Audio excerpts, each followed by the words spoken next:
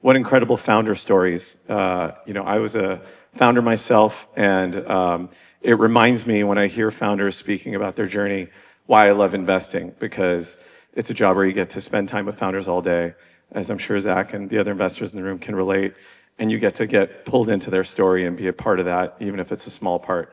And I always really like it. So thanks for sharing that with us, guys. And now I'm here to talk a little bit about leveraging AI to spur job creation. So let's get into it. First of all, a bit of context. I won't go through my own founder journey. You just heard two amazing ones, so we don't have to go into detail in mine. Mine is more topical on AI, but very quick, broad strokes. I'm a general partner at an early stage investment fund called Burst Capital. I was a Yelp executive for many years, and I've partnered with the original COO of Yelp, as well as two other Yelp executives, so we've got this fund.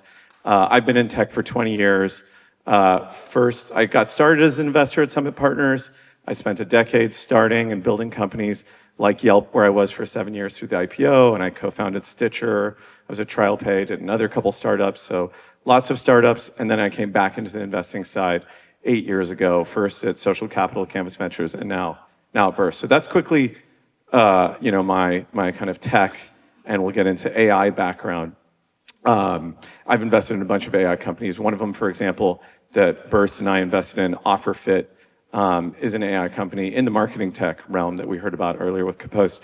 They just announced an acquisition, which is really exciting. So like he was talking about with riding the wave, this is, if it's not obvious to you, this is certainly the wave. And it's been fun to be part of that. So it's not like every company we invest in is in AI, but boy, is it great, and does it make things so much easier for the founder. Because let's say even we do this all the time, we take a bet on a non-AI company. Raising at seed, raising their Series A is going to be that much harder, right? Like you've got to think about the next round and the next round. And if you have that wave going and you're just part of the AI boom, everything gets much easier. But the other part of the context you should have here on my background, I wanted to make sure to highlight is, like everybody here, or almost everybody, I've got deep ties to Marin. So I'm a member of the community, just like everyone here. I live in Tiburon. I'm even on the Tiburon, Parks and Open Space Commission. I've got to go to that meeting tonight. My kids are in school here at the public schools. I mountain bike every weekend on Mount Tam. So, and I'm excited about this community, which is why I wanted to come speak here today. So, when I joined this new fund, Burst Capital, a few months ago, there was a little bit of noise about it, and TechCrunch did a story that I was looking for job-creating AI startups, because you hear so many people worried about the sky falling, and AI is going to take our jobs, and we're all cooked. Who's heard that one? I can tell how online you are by how much you're, hearing or using the term cooked. So anyone here feel cooked because of AI? Okay, that's good. Luddites, you guys are not reading the news about AI, so that's good. I'm glad you're not scared. But no, all jokes aside, I'm actually one of the people who believe that, first of all, AI, just being there like other tech waves, can eventually create a lot more jobs. I do think there will be a period of displacement, like with any shift, but then people will get, and hopefully you'll have even more employment, and I'll make that case. But I also think it's interesting, if you're building a startup, to get ahead of that, right? Instead of just twiddling your thumbs and hoping that someone's going to be, riding the wave to create all these AI jobs. If you can be part of that, that's even better. So that's Zach, saw this, and we've known each other for a while, and he said, hey, can you come speak on this? So let's talk about first, just to provide, some of the numbers behind it. We all know AI is huge, right? So you've got billions of dollars in AI spend already. This stat I pulled was $250 billion. But then there are literally trillions of dollars in opportunity. So I don't want to sound like hyperbole, but there's a reason this is a wave, is the market opportunity is so large. Already over half of all VC dollars are going into AI right now. So there's a very big AI wave here. And you can just go through all the major segments of GDP. This is not even all of GDP, but these are a bunch of the big blocks. And you can imagine starting an AI company in each of those layers of the stack. Now, my challenge to you, to my earlier point, is if you are thinking about starting something, or if you have something in one of these sectors, or you're pivoting, think about like, how can I actually fuel job growth? Because that's really interesting. And I'm going to give you some specific examples to maybe inspire you to think about that a little bit. But that's the question I really want to leave everyone here with. can I be a part, not of the job destruction story with AI? Some of that's going to happen naturally, and some of that has to happen. There's some productive destruction that has to happen to usher in this new technology. But if you can be a part of the creation story, wow, that's really interesting, right? And I think this community and the global community at large will thank you for it. Like we were hearing with the earlier speaker, that doing a startup is one of the best ways to build this family and community. If you build a job creation engine, everyone's really going to thank you, and that community you build is going to be that much more meaningful.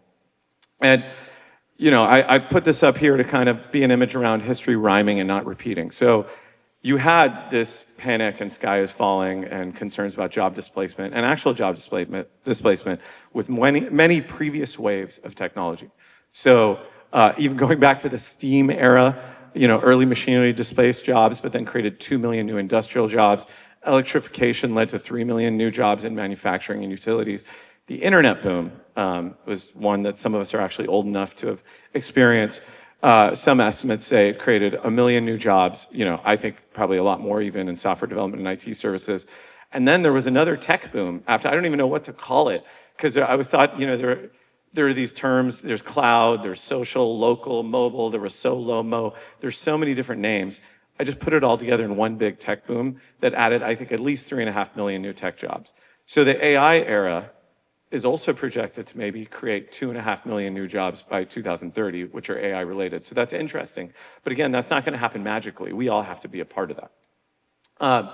One very large opportunity that I personally am excited about, our firm spends a lot of time on, is in addition to these general AI companies, enterprise software companies like OfferFit AI, we have a big emphasis on Main Street. So 46% of private sector jobs in the United States are actually what you would call Main Street jobs. And I can give you some more background on where that statistic comes from. 44% of US GDP is from SMBs and Main Street.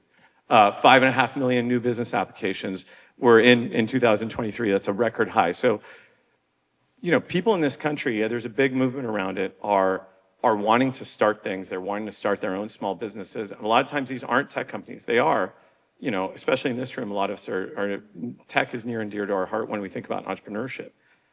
But for a lot of people, they just want to start a local trade shop. They want to be an electrician. There's Divine Electric here, if you're familiar with them, right? And all these little businesses that are actually growing, have multiple locations, can be a great path to financial independence for people. And so one thing I think about is, well, how's AI going to be part of that story? How's AI going to invest in this?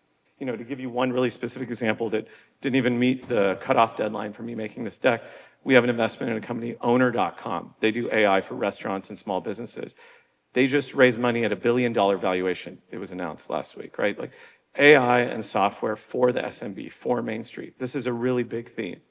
And you can go through one thing I'm excited about, I haven't seen enough yet, is just AI around the skilled trades, maybe teaching people. So we know with this AI boom, we're going to need a massive amount of new power and electricity generation. Like China, there's a lot of talk in the news, if you guys have seen how China is really ahead of us in power generation, and that's going to fuel their AI. Ultimately, it's like, how many watts do you have is going to be a constraint. Well, we're going to have another electricity boom as a result.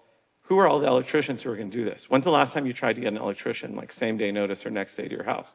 It's really hard. Now think about that on a commercial scale. Now think about it for retail and businesses. Now think about that on an industrial scale, right? For OpenAI and governments, and people are saying, okay, like we need massive amounts of power. So who are all these electricians? By the way, it's not just electricians. And if you've ever been to a data center, there's a whole HVAC and there's cooling and plumbing. There are all these vocations and trades that sometimes you'll see, and it's not a perfect model, but people will romanticize Japan or certain European countries for really respecting the trades in a way that the US might have lost with this idea that everyone needs to go to the four-year university. And we don't have a lot of good trade education. We don't have a big emphasis in apprenticeships and guilds and handing these things down. There's actually an interesting startup called Guild that I just saw at a demo day, trying to address this. But I'm amazed at the dearth of startup activity around, think about the really simple example is you could have AI that could teach you how to be an electrician and teach you how to do all of these things.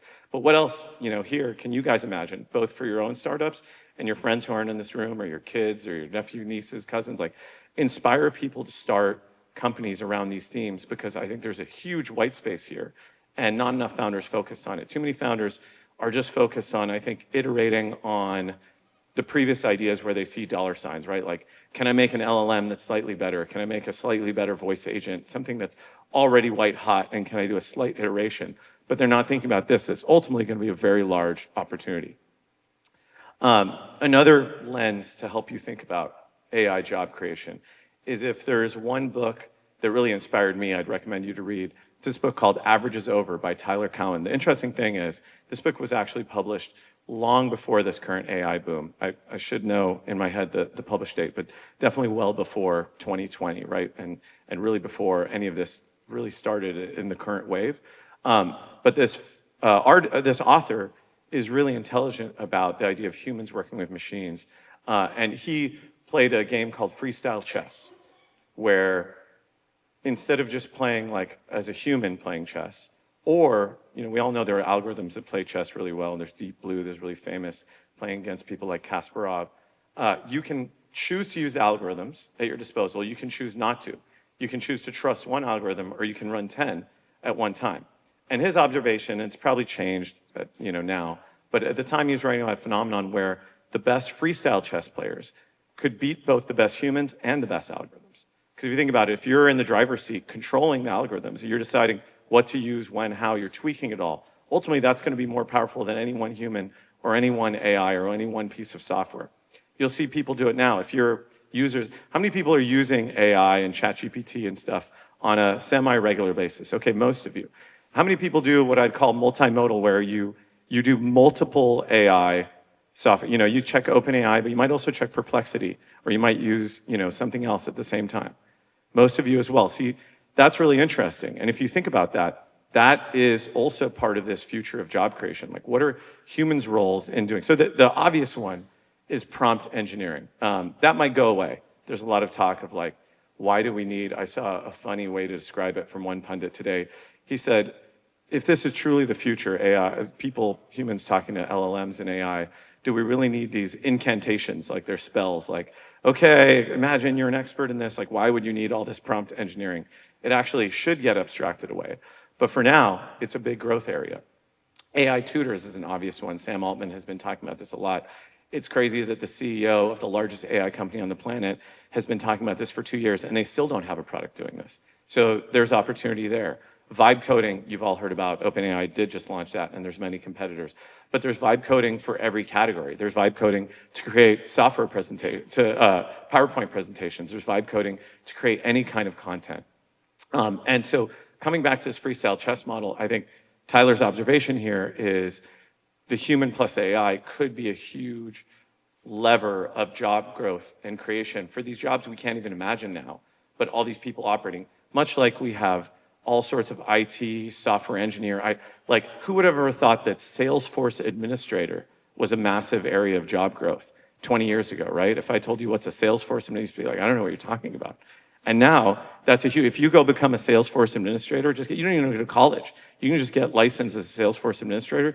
You can make a lot of money, you can manage a large team, you can hire a bunch of people. So there's all kinds of new jobs that get created in each of these waves.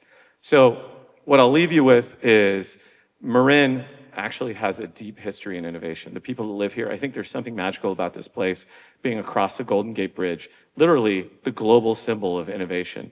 You've got some amazing innovators that moved here, set up shop. There's George Lucas, Autodesk, a lot of people don't realize was founded here. Zach can tell you more about that history anytime. Glassdoor. And there's so much capital here. VCs like me, so many VCs, maybe their office is even here or their office in the city, but they've moved here. Lots and lots of capital. I'm amazed by how much.